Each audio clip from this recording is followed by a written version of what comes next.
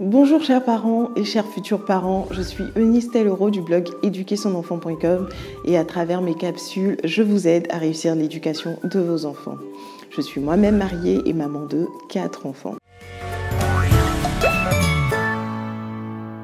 Dans cette vidéo, je voudrais vous parler d'un moyen de communiquer votre affection à vos enfants. Le docteur Gary Chapman, dans ses ouvrages sur les langages d'amour, nous apprend qu'il y a 5 manières de communiquer son affection aux personnes que nous aimons. Et j'espère que vous êtes forts en devinettes parce que je vais vous demander de deviner le langage dont nous allons parler aujourd'hui. Alors, je suis riche en charge affective. Je communique un profond bien-être et un sentiment de sécurité à vos enfants. Je leur révèle leur importance et leur unicité. Je les soulage quand ils ont mal et les réconforte quand ils sont tristes. Qui suis-je? Vous avez 5 secondes pour trouver. Alors, il s'agit d'un câlin. Bravo, bravo, bravo, bravo.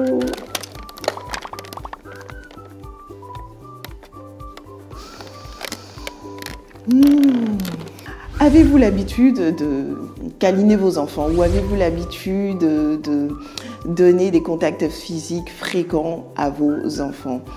Déjà, est-ce que vos parents avaient cette habitude-là envers vous? Et puis, comment est-ce que cela vous affecte aujourd'hui? Vous savez, il est scientifiquement prouvé que les bébés qui sont tenus dans les bras, qui sont serrés contre soi, qui sont cajolés, qui reçoivent beaucoup de contacts physiques, sont en meilleure santé émotionnelle que ceux qui n'en reçoivent pas. Et un bébé, quand il naît, ce sont les psychologues qui nous le disent, il ne fait pas de différence entre le lait et l'amour. Donc la maman qui tient son bébé et qui l'allaite, qui lui donne du lait, est en train aussi de le nourrir émotionnellement à travers ce contact ventre contre ventre qui s'effectue lorsqu'elle l'allait. Et c'est quand même impressionnant. Vous entrez dans une maternité, vous voyez un bébé qui pleure, une sage-femme qui prend le bébé, qui le cajole comme ça, l'enfant se tait. Ce qui veut dire que même les bébés comprennent l'amour. Et les bébés savent faire la différence entre les contacts physiques affectueux et puis ceux qui ne sont pas affectueux.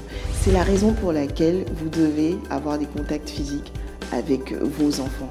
Il ne faut pas que vos contacts avec vos enfants se limitent à les laver, les aider à s'habiller, les chausser, nouer les lacets.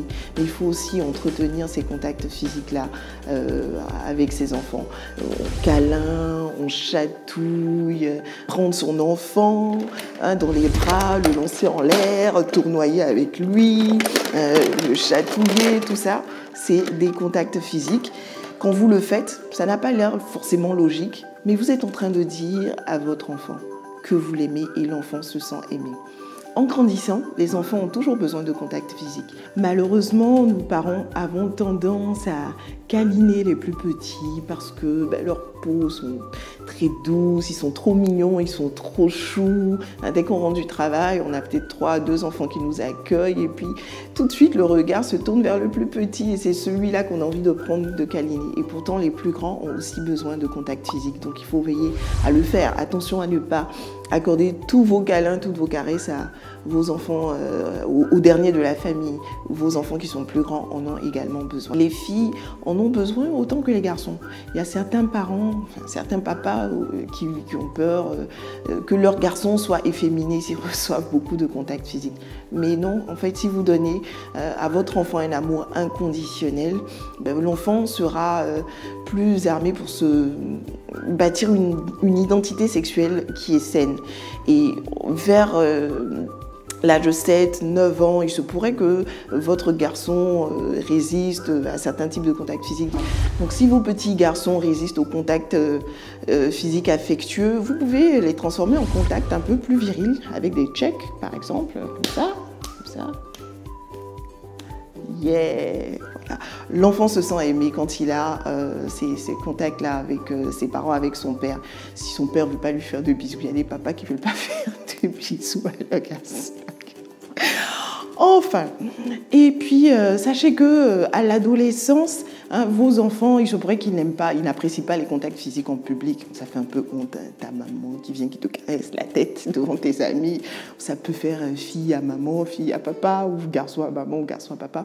Mais en privé, il se pourrait que vos enfants les acceptent mieux, donc pensez-y.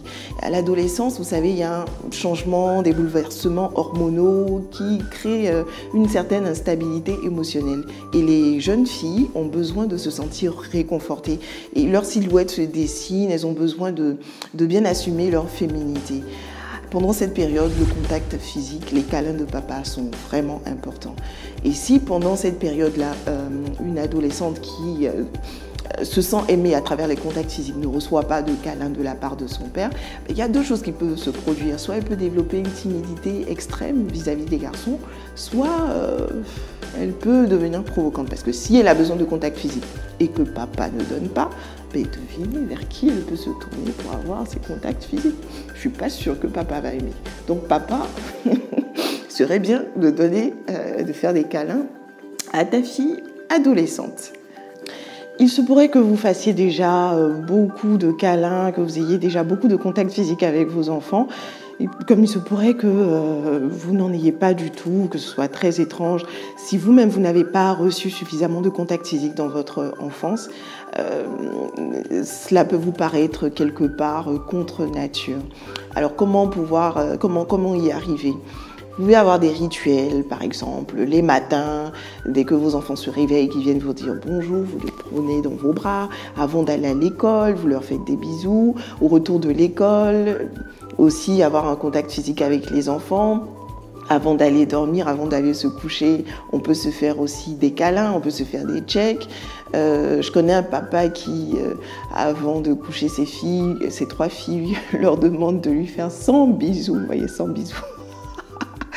Avant qu'elle aille se coucher. Ça n'a l'air de rien, mais c'est beau, c'est fabuleux. Et ces filles, pour lui, c'est une manière de transmettre cet amour et cette affection-là. Quand votre enfant s'est fait mal, par exemple, qu'il pleure, vous pouvez aussi profiter pour avoir un contact physique avec lui. « Oh, viens par ici, qu'est-ce qui s'est passé? Tu t'es fait mal au doigt. Oh, ça fait mal. Oh là là là là. Yako, comme on le dit en Côte d'Ivoire. » Vous soufflez là-dessus. Moi, quand j'étais petite, c'est ce que mes parents faisaient. Et bizarrement, la douleur passait. Je ne vois pas le lien entre le souffle et la douleur, mais ça soulage. Un bisou dessus, c'est bon, tais-toi.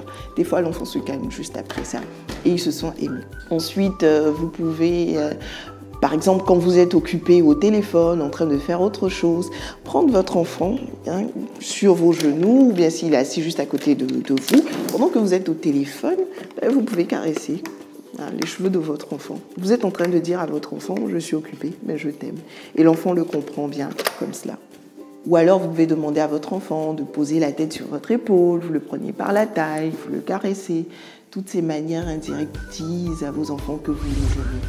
Si vos enfants sont sensibles à ce langage, plus vous maintiendrez ces contacts physiques avec eux, plus ils se sentiront aimés. Et un enfant dont le réservoir émotionnel est plein est un enfant qui est épanoui, un enfant qui est bien parti pour être en bonne santé émotionnelle. Ce sera tout pour aujourd'hui. Si vous avez aimé cette vidéo, n'hésitez pas à la liker, à la partager et à vous abonner à ma page. Et je vous encourage à donner beaucoup de contacts physiques à vos enfants. À très bientôt. Abonne-toi à Parent 2.0. Le code, c'est dièse 136 et toi 7 dièse. Parent 2.0.